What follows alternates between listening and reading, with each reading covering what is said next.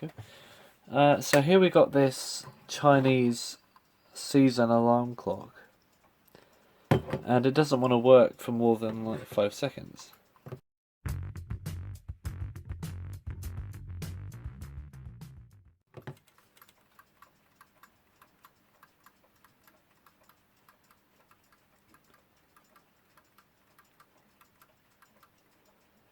And it's all wound up, so there must be something wrong with it. And that's what we're going to find out today. So we're going to need to open it up, see if we can fix it.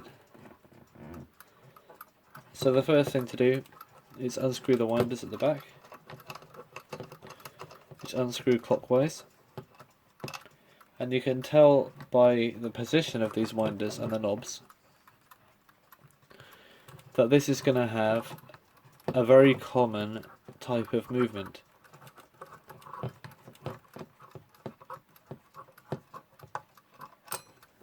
Still make them today. I don't think this clock's actually very old itself. And it's made in China. I think 5 Rams used this movement. Diamond used the movement. I don't know if they're owned by the same company or not. Loads of other sort of Chinese alarm clocks at this time and earlier, probably between the 50s and modern day, use the same shape movement. Of course with different materials, because this one's made of aluminium, the older ones are made of brass. And I'll just show you what it looks like.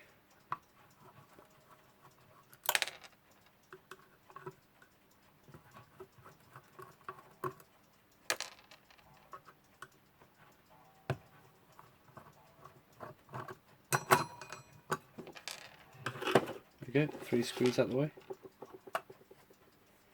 And a little rubber washer, which I'll keep an eye on. Here, it's rectangular. The this is where the centre wheel would normally be, but they've moved it over here, so the centre wheel will actually be one of the other gears, which drives the second hand, which makes this possible. There's probably other ways to do it as well. We've got a ring around the outside to take off.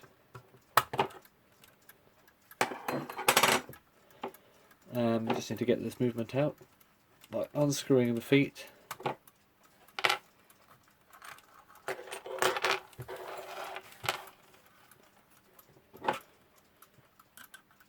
And this top bit.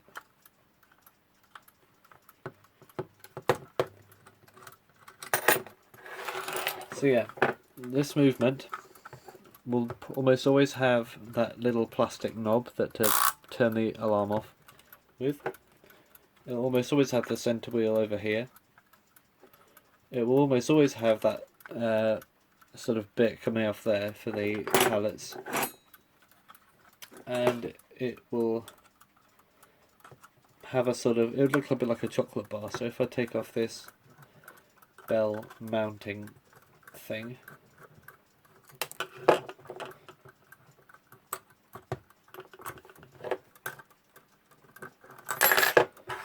there we go. Very common design, still use them today. This one has one plastic part in it. It's got a plastic escape wheel. You can see it going around. Well, you could. But I've seen ones where there are more plastic parts or no plastic parts. Or it's brass rather than aluminium, but that's the earlier ones. I'd say this one was probably made in the last 20 years. Although when I look up season alarm clocks, it doesn't come up with anything, which is a bit weird. So I'm just going to take these hands off. I can use my fingers, nails to just pull them off.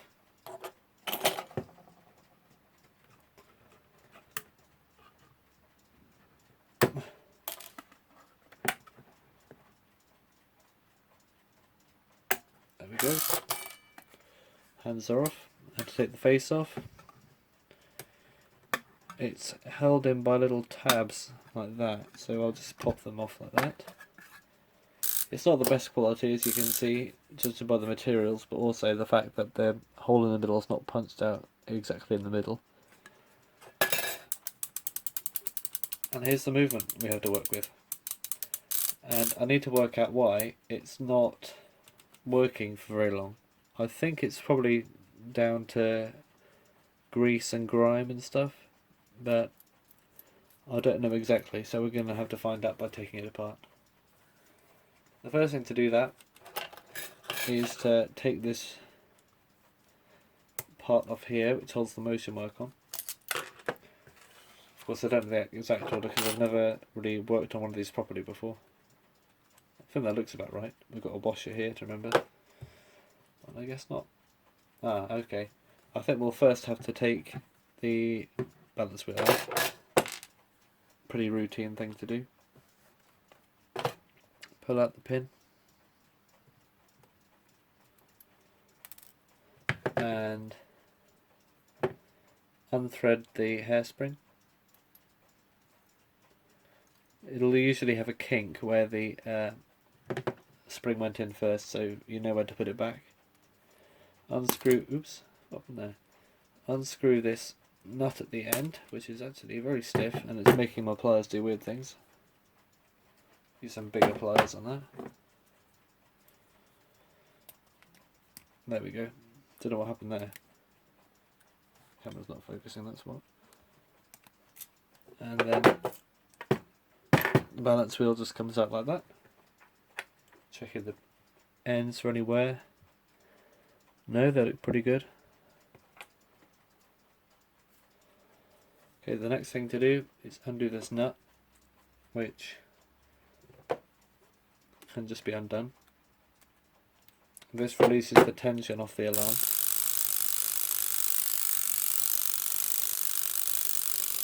And allows it to, the alarm to go off at any time.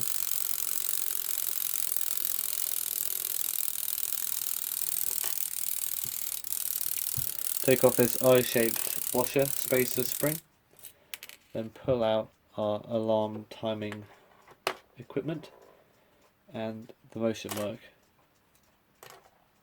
Like that. So you're left with a small shaft in the middle where the second hand goes, and that looks like it could have a lot of friction in it, so look at that. All that brass is touching that shaft, so maybe that'll be one of the big problems to sort out. So the next thing to do, I'd say, is to separate the plates. Oh no, take it first. Before you do that, you need to let the power out the mainspring. Just remember that. So I'm just going to undo one of these nuts, just so I can get the pallets out without getting anything else out.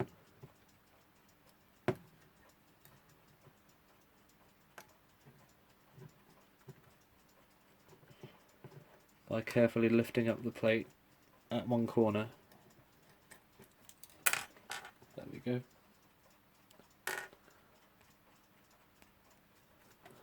And now when I put it back together it should zoom. Oh yeah.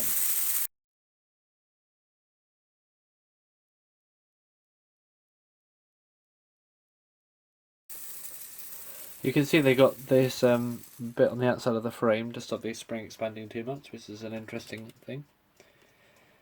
Also, the only markings I could find on the movement are no jewels, made in China.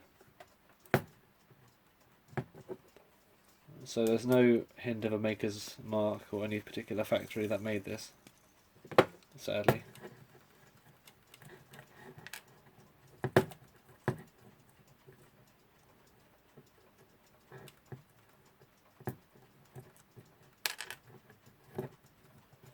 So I'll just undo these nuts.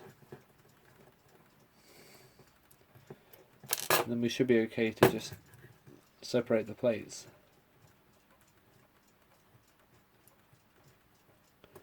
This is the second aluminium movement I worked on.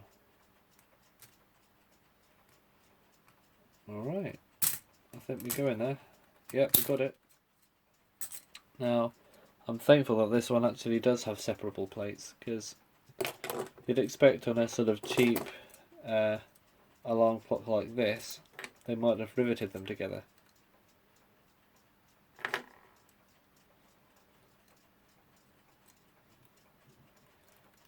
Nice long shaft for the second hand in there. Wheels are made of what look like blued steel.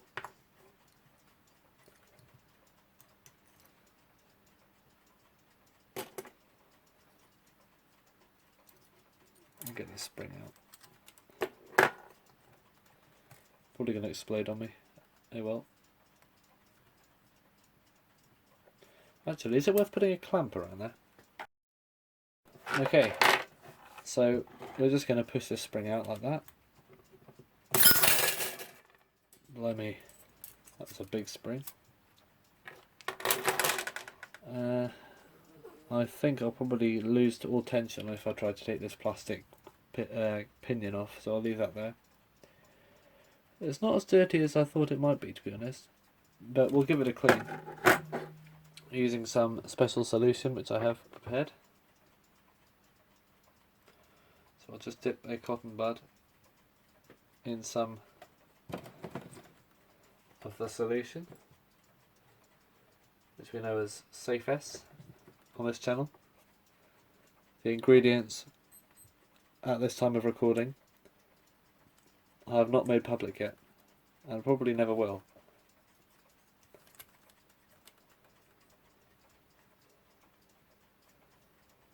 Getting it everywhere. Yeah, it doesn't need it, to be honest. It's already pretty clean, but I'll give it a bit of a wipe. Put on the springs.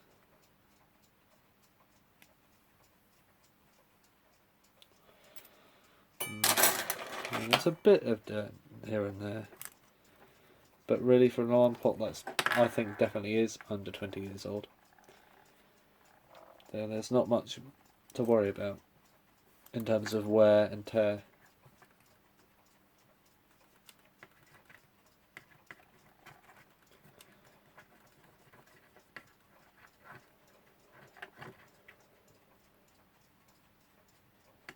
Just clean around the pivot holes, it should be okay. Clean the balance cups.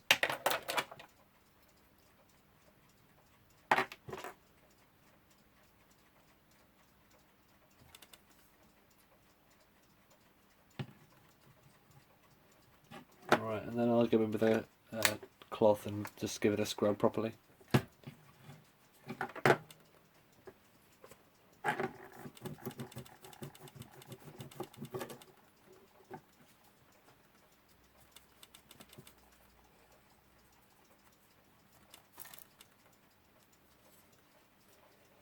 This aluminium looks quite fragile around that area there. My thumb is. Quite worried about that snapping. Should be okay though.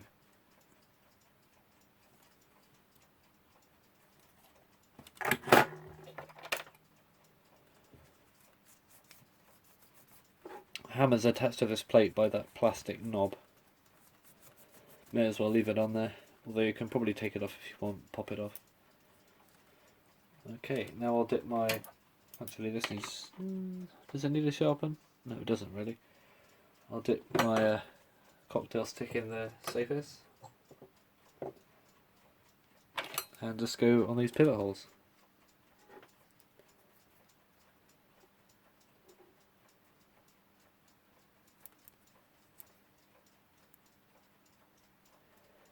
This is the first Chinese alarm clock we've done on this channel. Might be the last, you never know.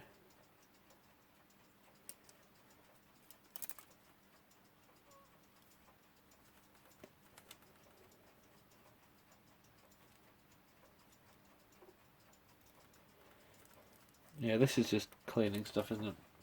I'll pause it and get back to you when I've cleaned all the parts. So I've cleaned all the parts now, and I've examined everyone very carefully, and honestly I'm not quite sure what could have caused it to stop. So I don't know, to be honest. I'll put it back together and oil it. Maybe it just needed an oil, but if it still doesn't work, then I absolutely have no idea. So let's hope it does, and that we've sorted the problem. It was just a little bit of grease here and there.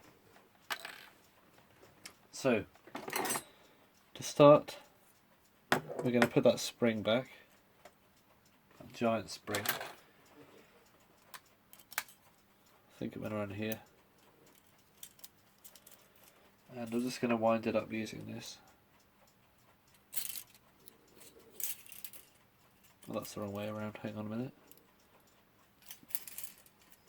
There we go.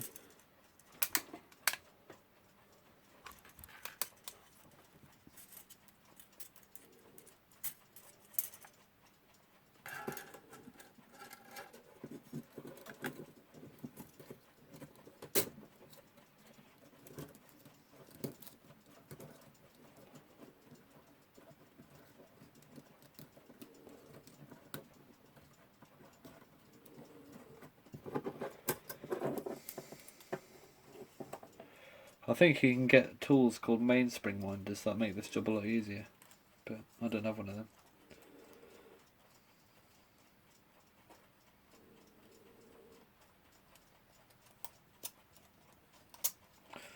Just doing this off camera, it's so fiddly.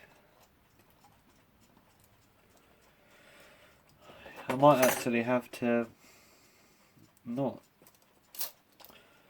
Alright then, what I'll do instead is I'll put it in like that, and this looks like pretty thin metal, so I'll just bend it out like that, and then I can put it back in again. So I'll just wind up the spring just to make it slightly less obstructive.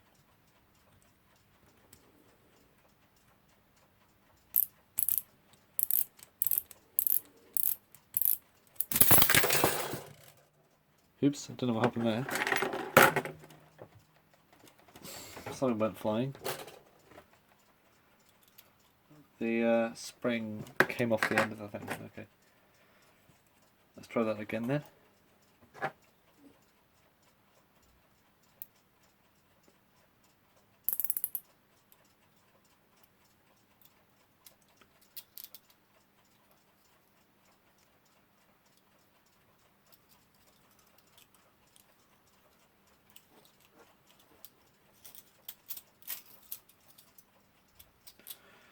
You know what? I might actually use a clamp. Well, that didn't work. Okay.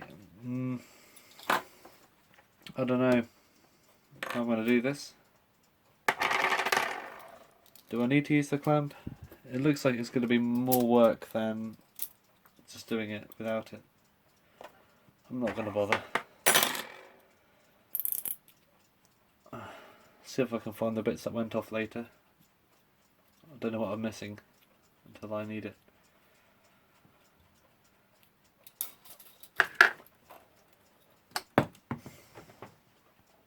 So I've got those parts off the ground. Now let's try this again. Right.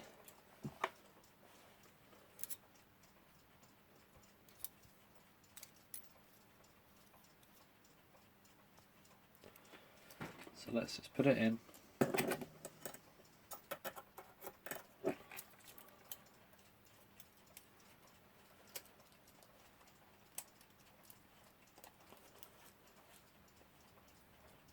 And just leave it like that whilst we assemble it. I mean, that's not doing any harm, is it? So next is this long second-hand arbor, which needs to go through the bottom, so I can't have it standing on the desk anymore. Then we can just put the rest of the wheels in.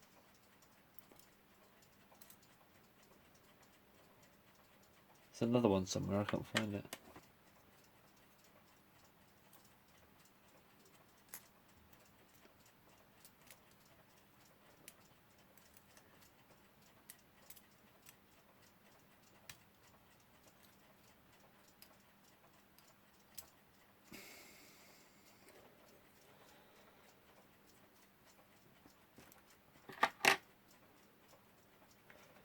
Tell you what, this is not a very nice clock to repair.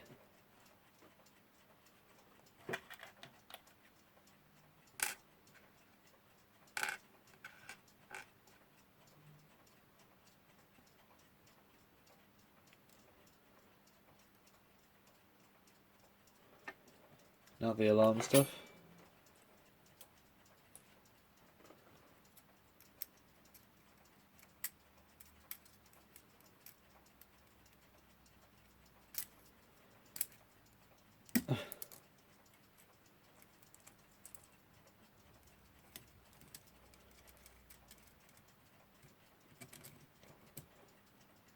That goes there. I don't know what this little lug sticking out that wheel is for. Very mysterious.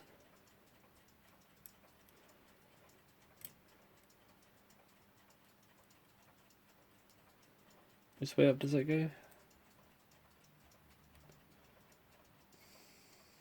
I think this is right, yeah. Maybe that's to stop it unwinding too far, and it blocks the wheel when the spring expands. I think that makes sense. So now we can put the plates back on.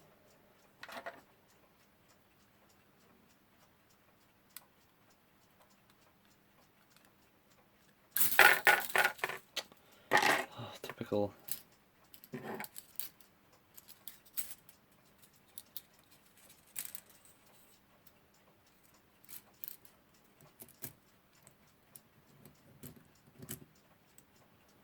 Right, is it in now? Yeah, something just fell on the floor. Let me just get that.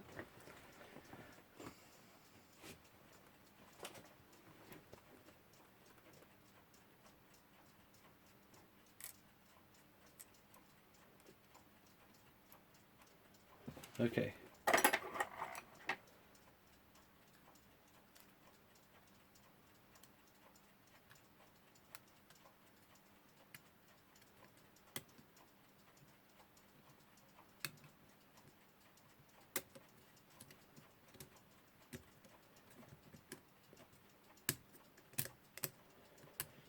There we go.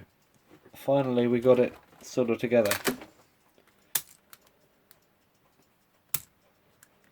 Right, this is not nice. I'll put a couple of nuts on just to secure the spring.